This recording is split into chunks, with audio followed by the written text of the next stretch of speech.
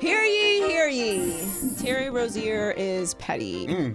But I'm okay with it. He is spilling all the tea on the Celtics. The Celtics got embarrassed by the Bucks. Yes. No two ways about it. Gentlemen's sweep. They had finals, if not championship expectations.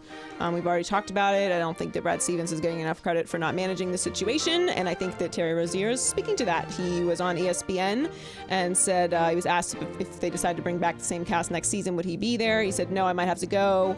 I put up with a lot this year. So I said what I said after the season. I think we all know I'm not trying to step into that again. And then when he was talking about Kyrie, he said we had to come into the game and it'd be a different game plan than we kind of expected when we went through in practice. Whatever Kyrie wants done, he's going to show it. You just have to adjust to his style of play. Obviously, in the shadow of some guys, the ball was either in Kyrie or Gordon Hayward's hand. Most of the time, I felt like Terry Rozier was just in the corner on the bench. I appreciate the speaking of yourself in third term. I love it. So much context there. Here's the thing. Terry Rozier did sacrifice a lot this year. I mean, he averaged 16.5 points, 5.3 rebounds, and 5.7 assists. Shot 41% from the field and 35% from three in last year's playoffs. That was without Kyrie and Gordon Hayward. This year, he dropped to 6.4 points and 1.9 assists, and obviously he had way less playing time. And this was the question that we had about the Celtics last year when Gordon Hayward and Kyrie were not available because the team was rolling and they weren't there. So we were like, where's everyone going to fit? Whose time are you going to take away? And you can say what you want about Terry Rozier or what you want about what the Celtics did this year, but they had too much of the same thing. Gordon Hayward needs the ball in his hand to be successful. Kyrie Irving needs the ball in his hand to be successful. Jason Tatum needs the ball in his hand to be successful. Guess what? There's only one ball. Jaylen Brown. Okay? There's too much. There's too much of the same thing. There were no roles assigned.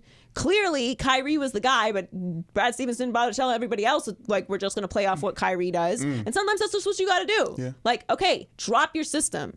I know Brad Stevens has this impenetrable system, a system for the gods of basketball, but it didn't work out, okay? So you got to make adjustments. You have to play with what you have. You have an incredible amount of talent. This was nothing short of a disappointment. I know everyone's going to come at Terry Rozier talking about, like, oh, who's Terry Rozier? Well, they went to the finals last year. I know, Joy. But against LeBron. But the people are saying, who is Terry Rozier, which I am echoing as well. Not in the sense of, like, talking trash about him. He went to Louisville, shouts out. What I don't like is someone had to take less minutes. Someone had to sacrifice. Sure. I think that whole team sacrificed a lot for this last year. So for him to single himself out in these interviews feels like, feels petty.